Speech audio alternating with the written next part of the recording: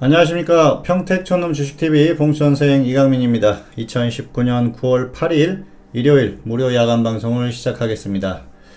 네, 오늘도 녹화로 진행을 하겠고요. 그리고 그동안의 순서대로 진행을 하도록 하겠습니다.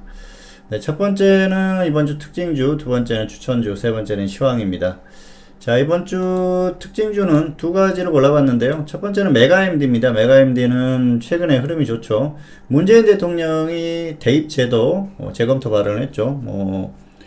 조국 법무장관 그 후보자 때문에 관련한 발언이 나왔었는데요. 어쨌든 관련주들이 움직이고 있습니다. 그래서 좀 조정받으면 다시 들어가 보셔도 될 것 같아요.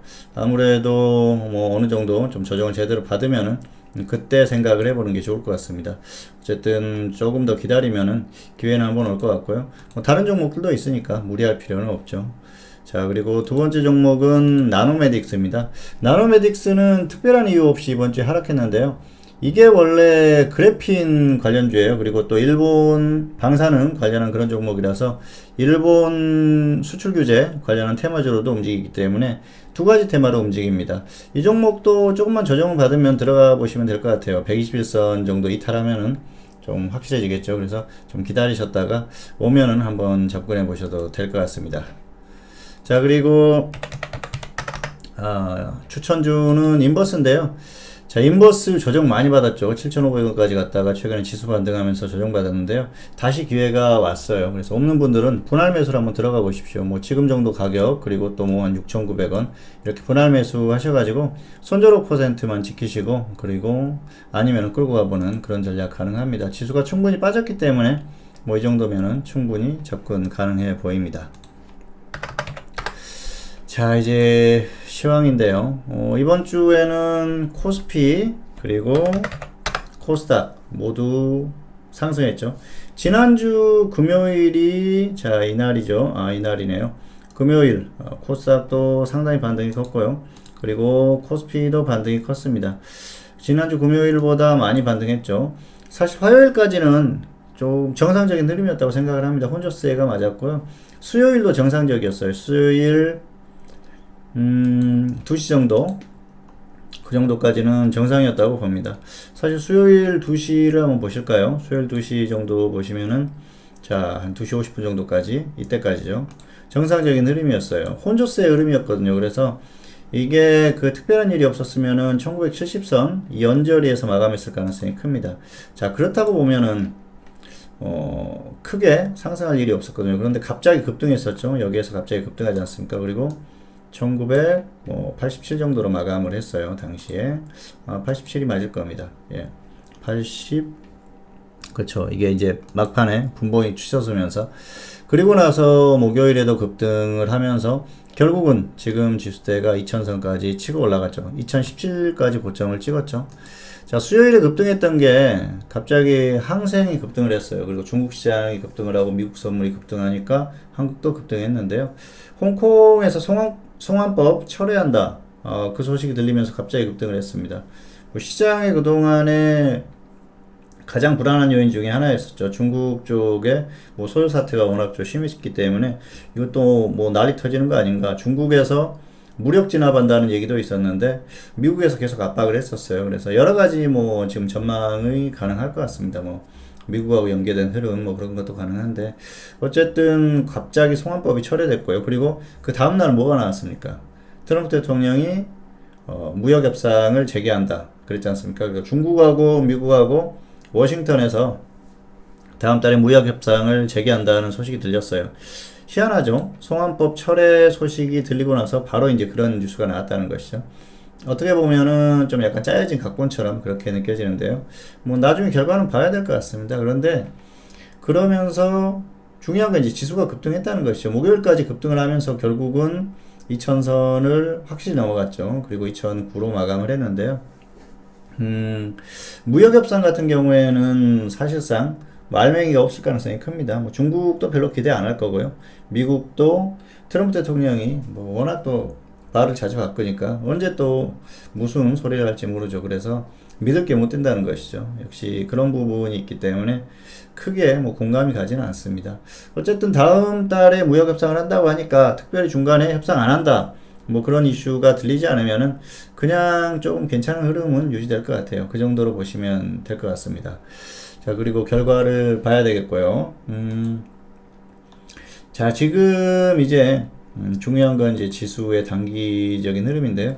사실 그런 생각은 말씀드렸었어요. 이전에도 지수가 반등하면 1985선 정도까지는 가능하다 말씀을 드렸지 않습니까? 그런데 딱 그 정도 수치가 왔거든요. 근처에서 횡보하는 흐름. 이게 정상이었다고 봅니다. 그런데 결국은 변수로 인해서 반등이 나왔죠. 시장은 항상 변수가 있어요. 이런 것들은 어쩔 수 없는 부분이죠. 뭐 예측할 수가 없는 거이기 때문에 사실 최근까지도 중국하고 미국하고 막 관세 서로 부과하고 난리였지 않습니까? 지금도 해소된 게 없지 않습니까? 다만 협상한다 뭐 그걸로 이렇게 가고 있는데 뭐 그건 협상이 잘 될지는 아마 중국이나 미국도 기대는 안 할 거예요.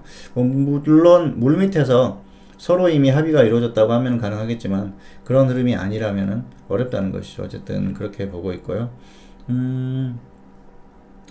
자, 일단은 지수가 2000선을 회복했고 버틴다. 그게 중요한데요.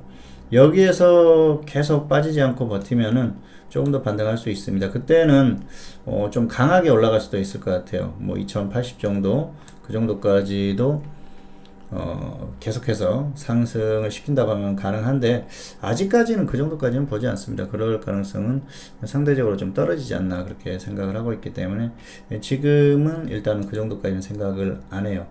어쨌든 지금은 단기적으로 지수가 여기서 버티는지 유지가 되는지가 상당히 중요합니다. 그래야 추가 반등이 가능하고요. 그렇지 않고 곧바로 밀렸을 경우에 2000선을 다시 이탈했을 경우에는 다시 원래 흐름대로 가는 것이죠. 그렇게 보시면 될 것 같아요. 그래서 지금 단기적인 지수가 상당히 중요합니다. 다음 주의 흐름이 중요하다는 것이죠.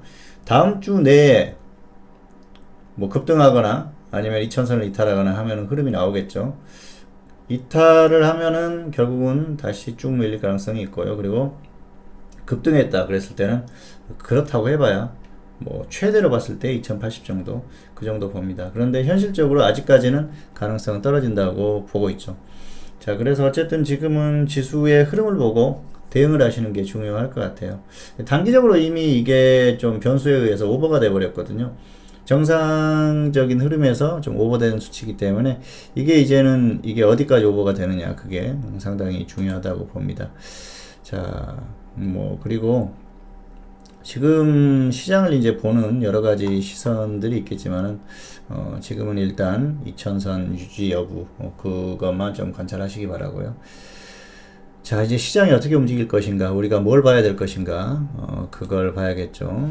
한국 시장은 첫 번째로는 삼성전자입니다. 수급도 중요하지만 첫 번째는 삼성전자예요. 이번 주 지수 급등 나올 때 삼성전자가 자 2% 그리고 이날이 결정적이었어요. 장중에 4%까지 급등했지 않습니까? 3.63% 상승했는데 삼성전자가 이렇게 급등하면 지수는 갈 수밖에 없어요. 그래서 단기적으로 삼성전자가 관건입니다. 삼성전자는 가격적으로 여기서 더 가기 크게 더 가기 힘들다고 생각합니다. 기껏 가봐야 직전 고점 근처, 그러니까 얼마 안 남았어요. 거의 고점을 찍었다는 것이죠. 단기 고점 거의 찍었을 가능성이 높은데요. 삼성전자가 꺾이게 되면은 지수가 꺾이고요. 가면은 지수가 더 갈 수 있다는 것이죠. 최소한 버틸 수 있고요. 그리고 꺾이면은 최소한 가지는 못합니다. 그런 부분이 있기 때문에 삼성전자가 가장 중요한 포인트라고 보고요. 그리고 두 번째가 역시 외국인들의 선물 쪽 흐름입니다. 지금 최근에 선물 계속 매도하고 있죠. 청산하고 있어요. 물론 만기일이 다가오긴 합니다만은 외국인들과 기관은 만기를 신경 안 씁니다. 롤오버 시키면 그만이기 때문에 신경을 안 쓰는데 지금 선물을 청산을 하고 있는 분위기예요. 그래서 지수가 반등할 때 계속 청산을 하고 있거든요. 그런 것들을 봤을 때는 지수에 대한 부담을 느끼고 있는 게 분명합니다. 그래서 지수가 여기에서 가기가 힘들어요. 자, 그래서 삼성전자 그리고 외국인들의 선물 수급 혹시라도 뭐 계속 매수를 해주면서 지수를 끌어올린다고 하면은 더 갈 수가 있겠는데요. 그런 게 힘들다고 현재는 예측을 하는 것이죠. 변수라고 하면은 역시 마지막으로 미국 시장이에요. 미국 시장이 최근의 흐름처럼 급등한다, 계속 급등한다 그러면은 이게 단기적으로 자, 미국 시장이 급등하고 한국 시장이 시작하면 어떻게 됩니까? 시장이 상승 출발하죠. 그렇게 되면은 지수가 조금만 수급적으로 도움을 줘도 더 상승하거든요. 그리고 위에서 계속 청산할 수 있는 흐름이 나오기 때문에 좋은 것이죠. 자, 그래서 최근의 흐름을 보면 지수가 반등할 때 계속 청산했던 흐름이 나오는 거예요. 지수가 이 매도 물량이 나오더라도 크게 다운되지 않으면서 기존에 매수했던 물량들을 청산하면서 수익 실현을 하는 것이죠. 그런 것들이 가능했던 게 최근의 시장 흐름입니다.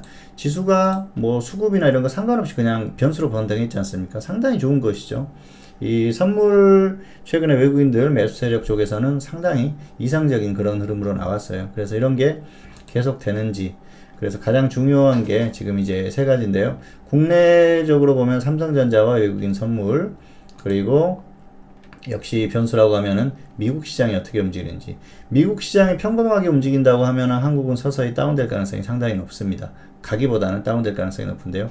미국 시장이 강세를 계속 유지하면서 상승세를 지속하면은 한국이 서서히 따라가겠지만 결국은 크게 가기는 어렵다는 것이죠. 이렇게 물량이 계속 나오면서 어느 정도 좀 버티는 흐름, 소폭 반등하는 흐름 그 정도 나오다가 결국은 다시 꺾일 가능성이 높습니다.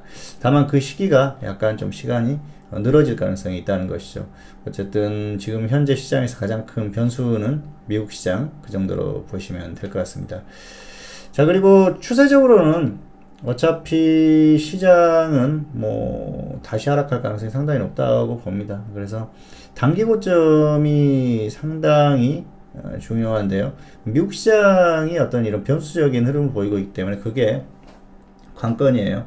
그것만 아니라고 하면은 이미 고점을 찍었을 가능성이 상당히 높다고 봅니다. 그래서 뭐 다음 주 월요일 날 좀 상승 출발하겠지만은 그 지난주 이번 주죠. 목요일에도 말씀드렸지만은 이 목요일에 2015를 찍었었는데 여기를 크게 넘기는 어렵다고 봤거든요. 그래서 지금 시장을 더 추가로 반등시킬 수 있는 건 미국 시장, 뭐 그 정도로. 그래서 장중에 선물 흐름이라든지 그리고 정규장에서 결과 뭐 이런 것들 좀 지켜보시면서 잘 대응하시기를 바라겠습니다. 어쨌든 현재 예상으로는 미국도 어느 정도 한계에 왔고요. 그리고 한국 시장은 특히 여러 가지 요인이 한계에 온 그런 상태이기 때문에 큰 기대는 하기가 좀 어렵다. 다만 변수가 발생했을 때 미국 시장이 급등한다거나 하는 흐름이 나왔을 때는 어쩔 수 없는 부분이다. 그때는 뭐 지금도 지수를 인정해야겠지만 그런 흐름이 나오면 인정하고 그에 맞게 대응을 하시기를 바라겠습니다. 자, 이제 보시면은 지수에 대해서는 역시 상황에 따라서 대응하시는 게 맞을 것 같아요.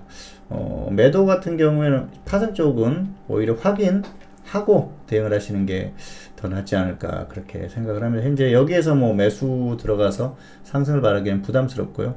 매도 같은 경우에는 2000선을 차라리 확실히 이탈했을 때 이탈하는 흐름을 보고 그때 진입을 하는 게 차라리 나을 것 같고요. 오히려 지수가 이제 더 혹시라도 급등해서 크게 가버린다 그러면 그때는 또 뭐 기회가 올 수가 있겠죠. 매도하는 측면에서는. 그런데 아직까지는 뭐 그 정도는 아니고요.